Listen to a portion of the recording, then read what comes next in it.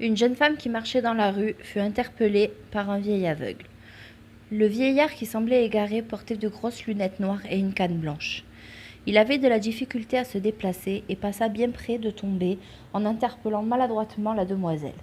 Tout naturellement, la jeune femme le prit par le bras et l'aida à se redresser.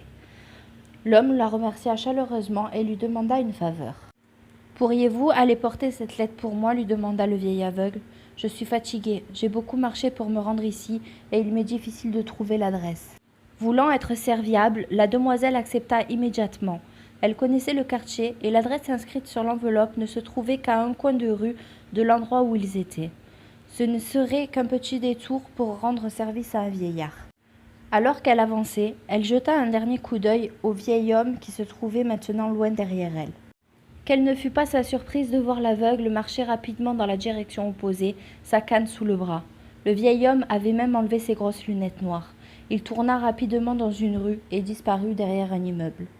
Étonnée et troublée de la scène qu'elle venait de voir, la jeune femme hésitait à porter l'enveloppe qu'il lui avait remise.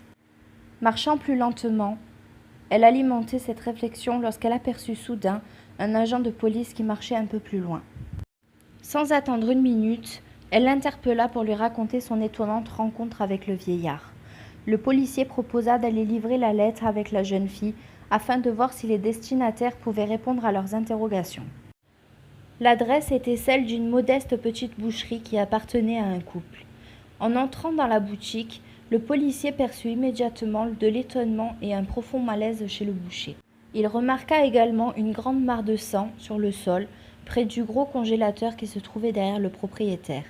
Même s'il est normal de trouver du sang dans une boucherie, tout cela lui semblait plutôt bizarre.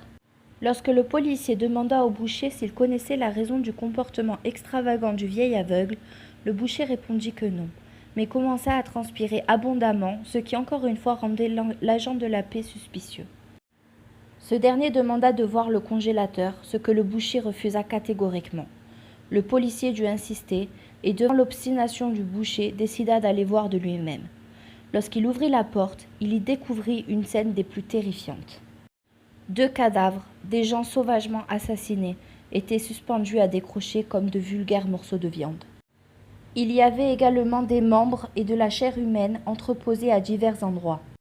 Sans attendre, il plaça le boucher en état d'arrestation et appela du renfort. Peu de temps après, l'endroit grouillait de policiers et les propriétaires furent amenés au poste de police. Assise dans une voiture de police, la jeune femme tentait de se calmer, incrédule devant les événements qui s'étaient déroulés depuis qu'elle avait reçu cette enveloppe. « L'enveloppe !» pensa la jeune femme. Profondément troublée, elle l'avait gardée dans ses mains tout ce temps, sans même penser à l'ouvrir. Elle décacheta donc l'enveloppe pour regarder à l'intérieur. Elle ne contenait qu'une simple feuille avec quelques mots écrits à la main. « C'est la dernière personne que je t'envoie aujourd'hui. » Voilà les amis, cette histoire est finie pour aujourd'hui. J'espère qu'elle vous aura plu. N'hésitez pas à me laisser un commentaire pour me dire ce que vous avez pensé. N'oubliez pas de vous abonner à ma chaîne, de mettre un petit pouce bleu et d'activer la cloche.